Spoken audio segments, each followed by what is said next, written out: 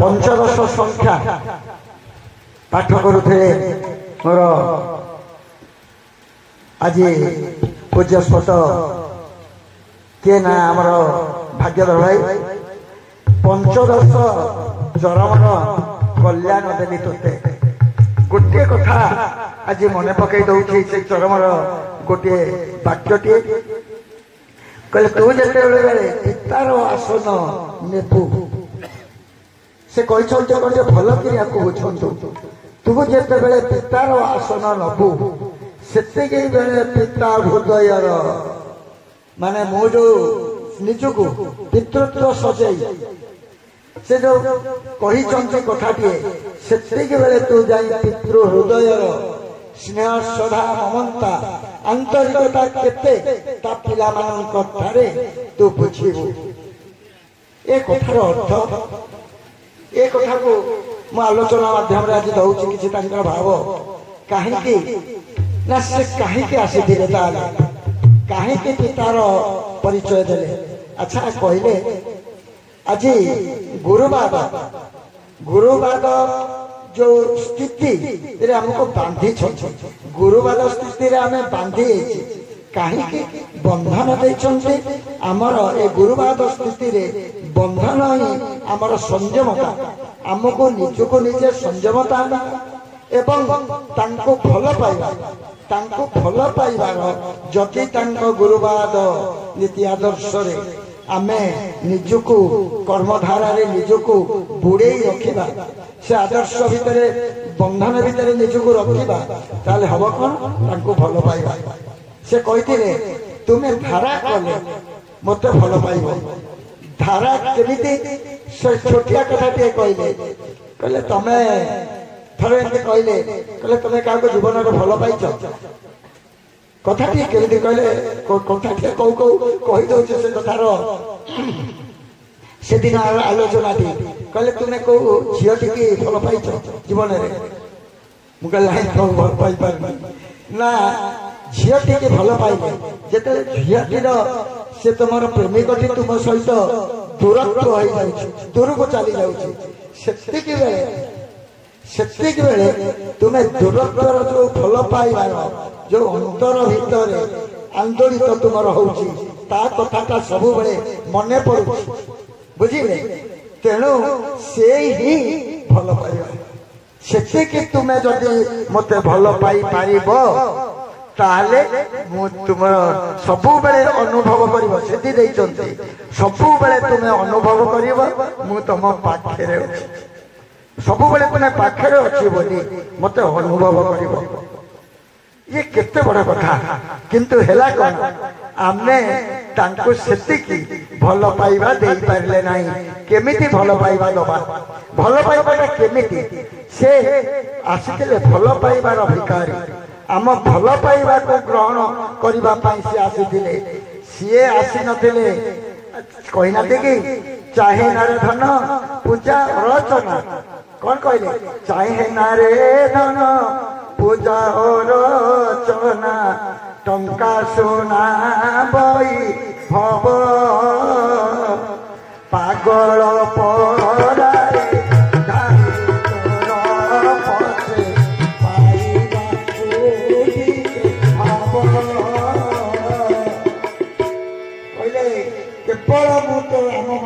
भल पाइबा सी आसी आमे केमिति भल पाइले छोटिया कथा टे कहूँ थरे जड़े भाई गले बजार सागे आउ जड़े भाई जाइए भल काठिया कदली बजार में सबुठ भल काठिया कदली से भाई किणिले जिते किणिले भाई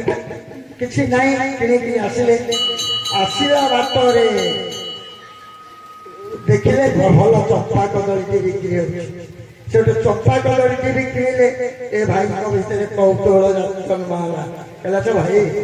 तुम तो काठिया कदली से किणिल ए चंपा कदली कहीं किणिल ना ये काठिया कदली मोर पुओ सबुदिन सकाल गोटे गोटे खाए आ चंपा कदली किणी ठाकुर पाखे सबुदिन सकाल गोटे गोटे भोग लगा कथाटे बुझंतु ए कथा मर्म ए कथार मर्म होची आमे जेते की पुओ को भल पाइबे स्त्री की भल पाइबे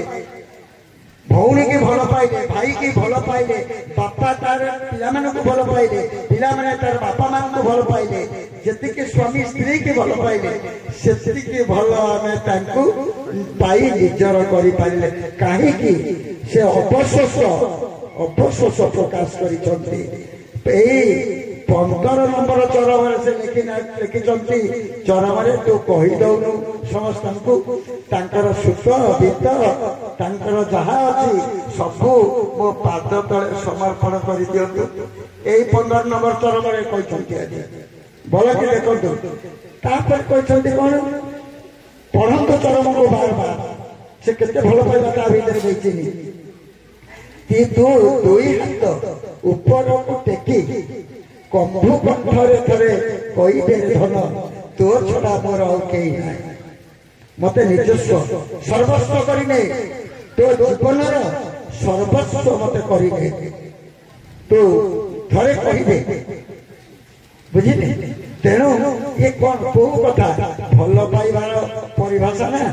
ये जो प्रकाश कले चरम ये भल पाइबार परिभाषा प्रकाश कले अच्छा कहले आम समस्त आज पचार मुझे पचार निजक सब स्मृति पीठ को जिते जाए प्रभु जी आप आमको निजर कले जी भल पाइले आम आपको से भल पाई पार हारी गलु जीवन युद्ध आपण को पाई एत बड़ पुरुष जे कि कथा तो कहले परिचय एपर्यंत कहीं उपस्थापन कर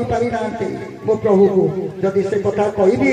बहुत कथा टिके सियार को चली जाऊँ 2002 मसीहा जानुआरी 2 तारीख बसीचु आमरी घरे घर को आसी नाम जानुआरी पहला वार्षिक उत्सव कहले पहला पूर्व दिन गले टे निरवा हो नाम 4 रोचे पहला नाम सरीगले 2 तारीख 2 तारीख बसते राति 2टा बेला सरीगला जहाँ प्रार्थना सरीगला बसी नंगारे चेटी पड़ी मो पादे हाथ मारुची मोर बड़ भाई मेघ भाई छिड़ाई कहते समस्ते मत तो किए अवतार अवतारी कलिकी कहते किए रामकृष्ण कहीकि भजन लिखुचनी किए लक्ष्मी नारायण करी मत भजन बोलुचुनी अच्छा प्रकृत तुम्हें तो बहुत दिन है मिसिलनी पाठपढ़ा जीवन अद्यवधि 15-16 घंटा तुम्हें मो सहित लगी रही विभिन्न आलोचना पर्यालोचना बहु जिनिस आनी सहिता धन को तुम्हें टाणी नेलनी मोटर टाणी नेलनी मु भी टाणी नबार तुमको तैयारी मुंडर सब काढ़ीदे जिते तेणु मिसिल तुम्हें केमी ग्रहण मत कर तो आमर प्रकृत चालाकिया कथा थाए ना मुझे प्रभु आपण जनाऊना केमी आम आपको जानू केमी उपस्थापन करूँ ना गोटे शब्द तुमको कहली कहतु ना आम सर्वव्यापक कहले आम सर्वव्यापक ये गोटे शब्द मुझे केमी गोटे शब्द सर्वव्यापक माने भी तो बुझीपार ना आम माने सबुठी समस्त भीतर आज सृष्टि जिते जनमानस पक्षी पशु पक्षी कीट तरु पतंग सर्व भितर आम अच्छु मो स्वरूप आपण केमिति स्वरूप को स्वरूप अच्छा ना आमे ही चैतन्य आमे ही गुरु मुझे अच्छा रामकृष्ण आसी से माने कौन चैतन्य ना आमे चैतन्य चेतना रामकृष्ण चेतना माने चैतन्य अवस्था चेतन अवस्था सी आम चेतन सन्तान तुम्हें अचेतन सन्तान तुम्हें जड़ से चेतन तेणु भितर देखु ए कथार मर्म कहले आमे भितर चेतन स्वरूप थाई ସେ ହେଉଛନ୍ତି ଆମର ଚେତନଶୀଳ ସନ୍ତାନ। ରାମ କୃଷ୍ଣ ଅବତାରୀ ଯେତେ ଆସିଛନ୍ତି ଲକ୍ଷ୍ମୀ ନାରାୟଣ ପର୍ଯ୍ୟନ୍ତ ସେମାନେ ଚେତନଶୀଳ ସନ୍ତାନ। ମୁଁ କହିଲି ଆଉ ନା ଆମେ ହିଁ ଗୁରୁ, ଆମେ ହିଁ ଗୁରୁ, ଆମେ ହିଁ ଚୈତନ୍ୟ। କହିଲେ ଆମେ ହିଁ ଚୈତନ୍ୟ ସର୍ବବ୍ୟାପକ, ଅପ୍ରକଟରେ ଆମେ ଥିଲୁ ସର୍ବବ୍ୟାପକ। এইটি কথাটি সে কইলে অপ্রকটরে সর্বব্যাপক, আজি প্রকট হই অপ্রকটরে আমি চৈতন্য। সে ভাল কথাটি সেদিন চৈতন্য স্বরূপে শিব ভিতরে মুঠাই চেতনা কেন্দ্রে রহি নিরাকরু ছড়ি চৈতন্য স্বরূপে শিব চেতনারে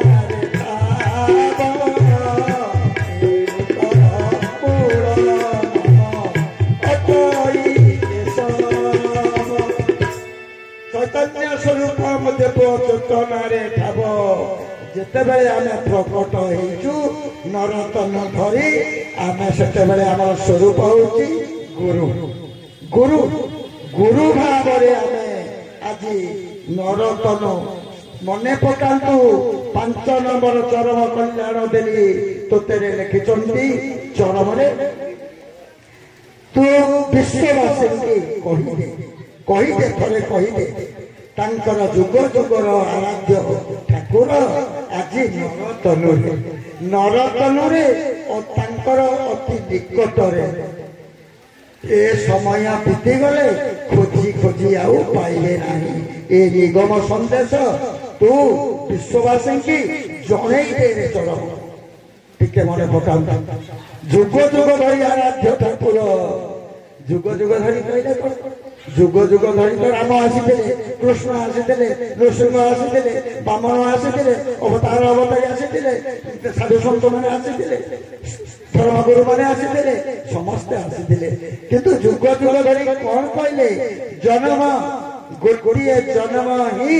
ଆମର ଗୋଟିଏ ଯୁଗ ଆମ ପାଇଁ। ସେ କଥାଟି ତାଙ୍କ ପାଇଁ କହିନାହାନ୍ତି, ଯୁଗ ପାଇଁ କହିନାହାନ୍ତି, ଆମ ପାଇଁ କହିଛନ୍ତି। ତାଙ୍କର ଯୁଗ ଯୁଗର ଆରାଧ୍ୟ ଠାକୁର ଯିଏ ତାଙ୍କ ଭିତରେ ଥିଲେ ଅପ୍ରକଟ ଅବସ୍ଥାରେ ଆରାଧ୍ୟ। ଆରାଧ୍ୟ କିଏ କି? ଚେତନାରେ ଥାଏ ଚୈତନ୍ୟ, ମନ ଚୈତନ୍ୟ ସମ୍ବାଦରେ ମହାପୁରୁଷ ମାନଙ୍କର ପଢନ୍ତୁ, ଭାଗବତରେ ପଢନ୍ତୁ। ମନ ଚୈତନ୍ୟ ସମ୍ବାଦରେ ଶାସ୍ତ୍ର ଆରମ୍ଭ ହୋଇଛି, ଭାଗବତ ଶାସ୍ତ୍ର ପଢୁନାହାନ୍ତି। ତେଣୁ ଯୋଉ ଚୈତନ୍ୟ ଅପ୍ରକଟ ଅବସ୍ଥାରେ ଚେତନା କେନ୍ଦ୍ରରେ ଥିଲେ, ସିଏ ଆଜି ପ୍ରକଟ ହେଇଥିଲେ ନରତନୁ ଧରି। ଏ ନରତନୁ ଧରି ସିଏ କେବେ ଆସି ନଥିଲେ। ଯୁଗ ଆରମ୍ଭରୁ, କଳ୍ପ ଆରମ୍ଭରୁ ବହୁ କଳ୍ପ ଆସିଛି। ବ୍ରହ୍ମକଳ୍ପ, ପଦ୍ମକଳ୍ପ, ବରାହ କଳ୍ପ, ବହୁ କଳ୍ପ ଆସିଛି। ଭାଇମାନେ କହୁଛନ୍ତି ଯେ ଜଗନ୍ନାଥ ଆଜି ନରତନୁ ଆସିଛନ୍ତି। ଧରି ରଖିଛି ତାଙ୍କର ପରିଚୟ, ତାଙ୍କର ଯୋଉ ପରିଚୟ ଏପର୍ଯ୍ୟନ୍ତ ତାଙ୍କୁ ଉପସ୍ଥାପନ କରିବା ପାଇଁ କୌଣସି ପ୍ରବଚକ ବା କୌଣସି ଆଲୋଚକ ଏପର୍ଯ୍ୟନ୍ତ ମୋ ଏ ଚେତନା କେନ୍ଦ୍ରରେ ଯେମିତି ତାଙ୍କୁ ଧରି ରଖିଛି, ତାକୁ ଉପସ୍ଥାପନ କେହି କରିପାରିନାହିଁ। ମୁଁ ଯେମିତି ଚାହେଁ, କାହିଁକି ନା ମୁଁ ଯେତିକି ତାଙ୍କ ସହିତ ମିଶି ତାଙ୍କୁ ଯେତିକି ଗ୍ରହଣ କରିଛି। ତେଣୁ ସେ କହିଲେ କଣ? ଆମେ ପ୍ରକଟ ହେଇ ଆସିଲେ ଗୁରୁ। ଆମେ ଗୁରୁ। ଆମ ଯୋଉ ନରତନୁ ବି ଆସିଲା, ଏ ଅପ୍ରକଟରେ ଚୈତନ୍ୟ, ପ୍ରକଟ ଲୀଳା, ଅପ୍ରକଟ ଲୀଳା। ତେଣୁ ଆମେ ଅପ୍ରକଟରେ ଲୀଳା କରିଥିଲୁ ତୋ ଭିତରେ, ତୁ ଧରି ପାରିଲୁନୁ। ଆଜି ପ୍ରକଟ ହେଇ ନରତନୁ ଧରି ଯୁଗ ଯୁଗ ଧରି ତୋ ସାଙ୍ଗରେ ଯିଏ ଆସିଥିଲା, ମନେ ପକାନ୍ତୁ ଚରମରେ ଧନରେ ଚରମରେ ତୁ ଆଜି ଯୋଉ ପାର୍ଥିବ ବସ୍ତୁକୁ ନିଜର କରିଛୁ, ସେ କଣ ତୋର ଥିଲା ନା ଏବେ ଅଛି ନା ଭବିଷ୍ୟତରେ ତୋ ପାଖରେ ଥିବ। କିନ୍ତୁ ତୋର ପିତା ଅତୀତରେ ଥିଲେ, କେମିତି ଥିଲେ? ଅପ୍ରକଟ ଅବସ୍ଥାରେ ଚେତନା କେନ୍ଦ୍ରରେ ଚୈତନ୍ୟ ସ୍ୱରୂପ ସେ ଥିଲେ। ଜନ୍ମ ଜନ୍ମାନ୍ତର, ଜନ୍ମ ଜନ୍ମ ଧରି ଆମ ସହିତ ଆସିଥିଲେ। बुझे से कौन कहले जन्म जन्म धरी जुग जुग धरी तो अनाथ ठाकुर आज नरतनु तोर अति निकट कथा टी केते संधि रे तांकर परिचय से केते संधि रे रखिछंती केते पिन पर मरम में मर्मे मर्मे रखिछंती किंतु तोर पिता अतीत रे थिले वर्तमान अछंती भविष्यत रे मध्य तो पाखे थिबे किए ठाकुर अछंती स्थूल रे किंतु अछंती के पिता पिता के काठार में सृष्टि हिचे कि काठार सृष्टि हिचे कोई चौथिना से कथारे आलोचना रे जीव किए परिचय देउछु ताहार जीव सत्य सनातन नित्य निर्विकार अकर्तर प्राप्त अते जीव भूत अनित्य आकार हरि अरूप से कहले तुमे सब किए जीव किए परिचय देउछु तार तुम्हें आगे तुम विषय रे तुमको आगे भल कि जान तुम्हें किए जीव सत्य सनातन नित्य निर्विकार धन रे तू निर्विकार तत्वर आसी एति पंचभूतर विकार देहटी लगी तू विकार तते सृष्टि चक्र माया कुंडली बंधन भितर तू पड़ी जाई किंतु तू नित्य सत्य सनातन तू निर्विकार तत्व तुम्हें मैंने आसिच विकार तत्व निर्विकार तत्व आसिच विकार तत्व तुमको सृष्टि चक्र माया बलय पंचभूत तत्व एटी देह दे बांधी रक्त मांस शरीर दे आमको बांधी बुझिले ना एक होचे असल कथा से कहले अव्यक्तर व्यक्त अंश जीव सत्य सनातन नित्य निर्विकार फिर कौन कहले अव्यक्तर व्यक्त अंश अटे जीवभूत अनित्य आकार धरी अरूप गुप्त कथा टी मर्म टी भल कि बुझंतु अव्यक्तर व्यक्त अंश यार बुझंतु ये कथा टी कौन ना ये जो देह टी नर तन टी आम देखुन ए नर तन टी अव्यक्तर अच्छी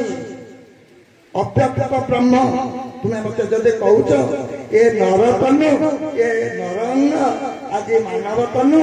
मोर अव्यक्त यही तनु यही तनु यही देह यही रूप यही रूप मुझे आपण ना आम रूपांतरित हो आसीचु जदि से कहले सूक्ष्म ठारू कारण जगत पर्यंत नरतनु कोठी नाही नरतनु केवल अव्यक्त आमर अच्छी जदि आमर नरतन न था तुम्हें आसी था कौटू बुझल तुम तनु आसला कौटू आम देह आसला कौटू जीव किए से कहले जीव सत्य सनातन नित्य निर्विकार जितेबले पितामाता सम्मत संयोग काले बीजा लिखी कपारे जितेबले देह की आसुची ए देह कौटी जननी जठर को आसुची से आसुची अव्यक्तर व्यक्त अंश जो आज सी कृष्ण कहले निजक राम कहले नृसिंह कहले किसी परिचय भितर न कही परिचय गोटे मात्र देले इति चोर चिर मंगल कांक्षी पिता इति चोर चिर शुभम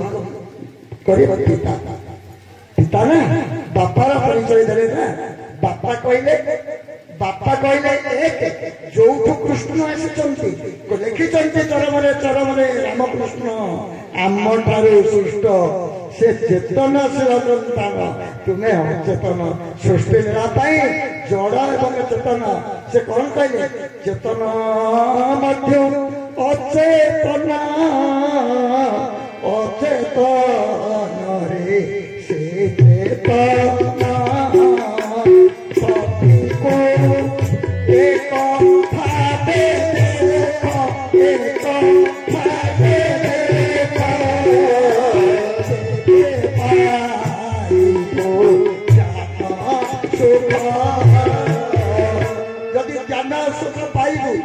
ज्ञान कौन जिन सृष्टि तू आहरण करू चेतन मध्यम अचेतन अचेतन रे से चेतन तू चेतन मध्यम आसिलु आमे कोठु आसीचे आत्माटी आसीचे कोठु चेतन मध्यम आजी आसी अचेतन देह धरिले तेणु अचेतन भितर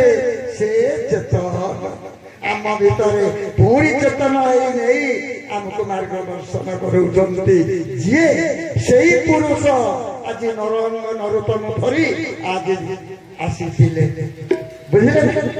आउ गोटे कथा कहि दउछि आउ गोटे विशेषत्व तांकर परिचय मो पाखे तांकर परिचय कौन आमको देले संबोधन गुरुस्वामी ना आमे आमे उभय को देखले मंत्र स्वतंत्र तत्व ये गुरुस्वामी तत्व एपर्यंत कहीं आलोचना को कोठी जाई नांती करी नांती काहे के गुरुस्वामी बोली से देले गुरु एवं स्वामी दुईटी अर्थ गुरु कहिले गुरु चैतन्य गुरु जो चैतन्य गुरु होती चैतन्य स्वामी कहिले इष्ट तेणु गुरु आसंती कौन पाई गुरु आसंती इष्टंक सहित संलग्न करदेवा पाई आसंती गुरु इष्टंक सहित जोड़ी देवा पाई से कही तुम्हें मत चाह मु तुमको चाहिए साई को निकट तू नहीं जीवी ए कथार मर्म तुम्हें मत चाह मोर निर्देशित पथरे आस आसिले मु तुमको चाहिए मु जदि चाहिए तुमको कोठी की नहीं जीवी साई को निकट साई के इष्ट एक ठाकुर कहते ना तुम्हें मत चाह मु तुमको चाहिए साई को निकट नहीं जीवी ताले साई के साई होउचंती इष्ट बा आमको जे अभ्यगत सिना देह आसिला किंतु जननी जठर ताको गढ़िले कि जी जननी जठर आमको गढ़िले से ही आमर इष्ट भल कथा टे गढ़ी थी मातो गर्भे देन ममता देह कुशु